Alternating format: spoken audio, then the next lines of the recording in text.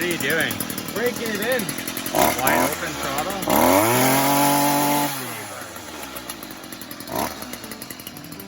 Oh my stars.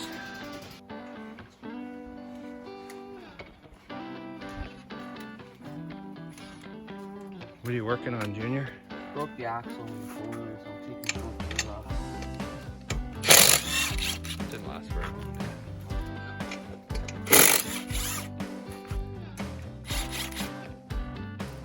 It's got to be a defect. I mean, the boot's not split open. It's In the inside. doesn't make any sense. Your phone's going off like a goddamn. I don't even know. Oh, no, it's not.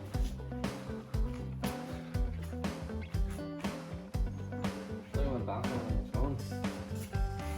Very cool. Look at all the snaps. 9 new snaps. Snap Twitters. Not fucking big chat. Snap book.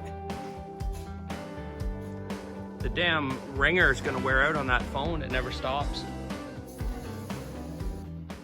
Don't forget to call your buddies to give us a hand move that shelter in the backyard, eh? So today I'm going to work on the fuel system, and I'm gonna sort of lay the stuff out that we're using and how we're gonna plumb this boat the same way that I had it last year. And keep in mind, this is a race setup only. There's no water separator or anything in it. It's always sealed gas cans and that sort of thing. So it's not the way I would recommend to do a lake boat, and nor do I claim to be an expert at this. But it's the way I'm going to do it, and the way I did it last year. It seemed to work. But I'll just break down the different filters that we're using, the pump, and that sort of thing. So yeah, follow along. Okay guys, so we run I run a really simple 56 PSI return style system on this boat, meaning the pump pulls from the cell, supplies a motor, and turns it around at the regulator and sends it back. So in my system here, again, race boat, not lake boat, so I don't run a water separator. I'm pretty anal with the fuel system. I run a pre-filter, 10 micron pre-filter ahead of the pump. Bosch 044 pump and 100 micron post filter before the motor. So interesting strain of events. Last year I was super anal with the fuel system. I mean super anal on it. Always used sealed cans, never from a pump, anything like that. And I would always filter the fuel with one of these. Like super anal. You couldn't possibly be more anal. But anyways, when I took it apart this year, I found that this little filter in here was actually, it's just a small little stainless, kind of a neat little filter, washable filter. In the 10 micron was plugged, pretty much plug solid. I ran a 100 micron filter in this here. It was a paper element one, which I don't really like, but whatever, it's what I had. And it was almost plugged up too. So for this year, I ditched that idea, and I was able to pick up this. This is from All Star. It's 100 micron as well. But what I liked about it was a huge surface area. It's a big filter with a nice stainless washable element.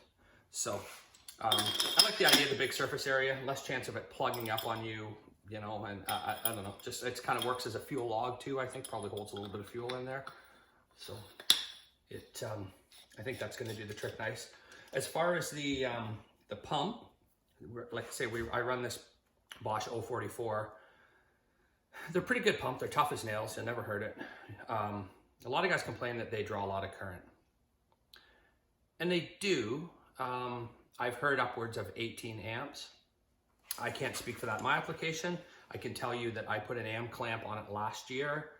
Hot, wide open throttle passes, in my boat with, I think, a properly designed fuel system, and I saw 11, 12 amps. So is that a lot? It's enough.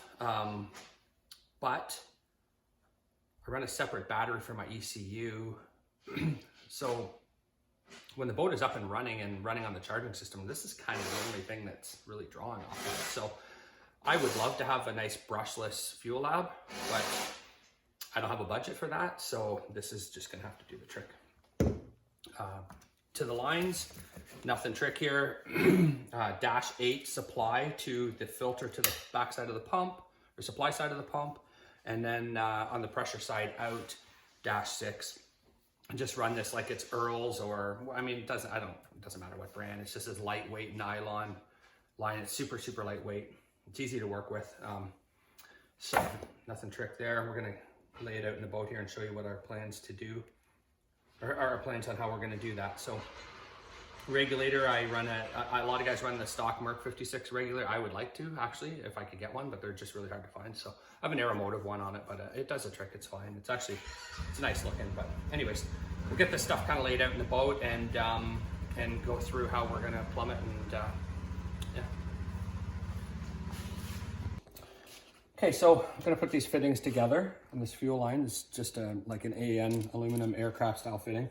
So people are kind of intimidated by these, but there's not really much to it. You're just basically compressing the two pieces together. So what I usually do here with the line is just take the little snips and just kind of something really sharp and just cut back on an angle. This line isn't even what this is a steel braided one, but I like the nylon braided stuff. It's just a little bit lighter, but whatever it is, what it is, I have it. So I just want to put a little WD-40 in there to lube it up, and it's kind of, there's nothing graceful about it. You have to just kind of get it on and kind of wind it in.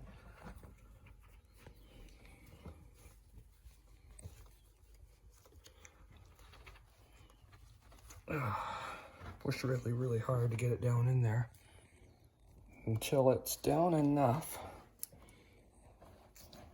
that it's hard to kind of see, but you want it, it's not quite enough yet. You want the hose right up to the bottom of the threads before you sink the taper in. So again, there's nothing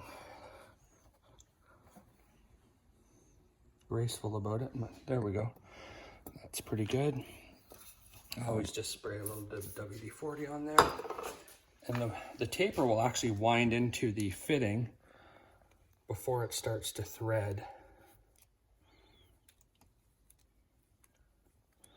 I'm just threading it in by hand. Then what I do, just to not scratch them up, is some guys use the aluminum AN wrenches. I don't own any, so I always just put a little bit of tape, masking tape around the two sides of the fitting. Then when you put your wrench on there, it won't scratch them. They're expensive, so it's kind of nice to keep them looking nice. So I wind it in usually as far as I can by hand and grab. When you put the tape on, you kind of almost have to go a size bigger. Okay, maybe not.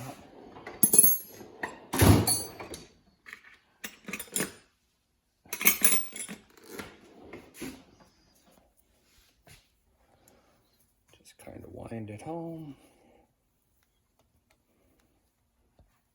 And then when it gets close, I usually take it over to the vise. And I just clamp the bottom piece just lightly. I just find it's easier than trying to hold two wrenches. It's taped anyways. Put your wrench on the top fitting and wind it all the way in till it just stops. Doesn't have to be tight, but it has to stop. At that point, over here, get your tape off, which is easier said than done.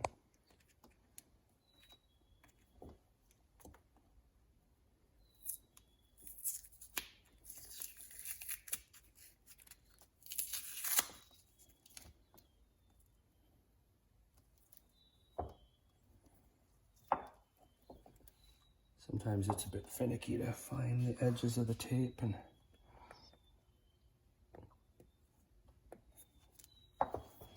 where's that damn thing, Zach? There we go. Get something sharp, but you don't want to scrape it. You don't want to scratch them if you can help it, right? So they're just anodized and they scratch really easy. Look nice though. They look nice when you keep them nice, right? Mm-hmm.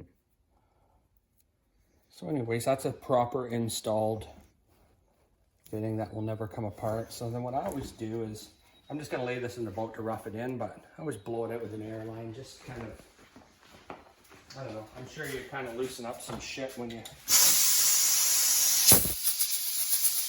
once my lines are all made up, I'll take them all off and blow them all out. That's good. You can shut off. So I got the fuel system all sort of mocked up in place here now. You see there's a supply side there. You know, like we talked about, the dash 8 out of the tank, pre-filter, Bosch 044, post-filter, and then it passes through the bulkhead and up. We'll go carry on over there a little bit. You see it returns, sorry, excuse me, it returns back here. I run it underneath the pump, and then I just passed it up through that little fitting and then back into the tank. Then inside the tank here, I have a tube that goes down to the bottom. The other side is just a vent. So as for the fuel cell, this is just a cheapy one that I picked up at Summit. And it's probably similar to what you could get on Amazon or something. And I've heard a couple guys say that you got to be careful with them. The welds break, they're cheap, and that sort of thing. And I've heard that too. I chose it because it was the size that I wanted, and it was super, super light. Again, not a lake boat, a race boat, so it's not being smashed over waves and all that kind of stuff. So I wasn't super concerned with that. But I've run it for, this will be the second season now coming up, all last year without any issues. So, and like I say, empty, it weighs like next to nothing. So anyways, that was my reason for doing that. So pass along nice and tight here. Relayed power to the pump, of course. One thing that I see that I don't like is, you know, the purple wire, Merck's purple wire to the ECU. It has a little branch off that goes to the pump. Please put that through a relay. Don't just run it right to a pump. I isolate my pump completely. It's not on that purple wire anymore. I just don't want it to have anything to do with ECU. But again, that's just sort of mine in a race application. So, and then like I say, I just passed it through the bulkhead there.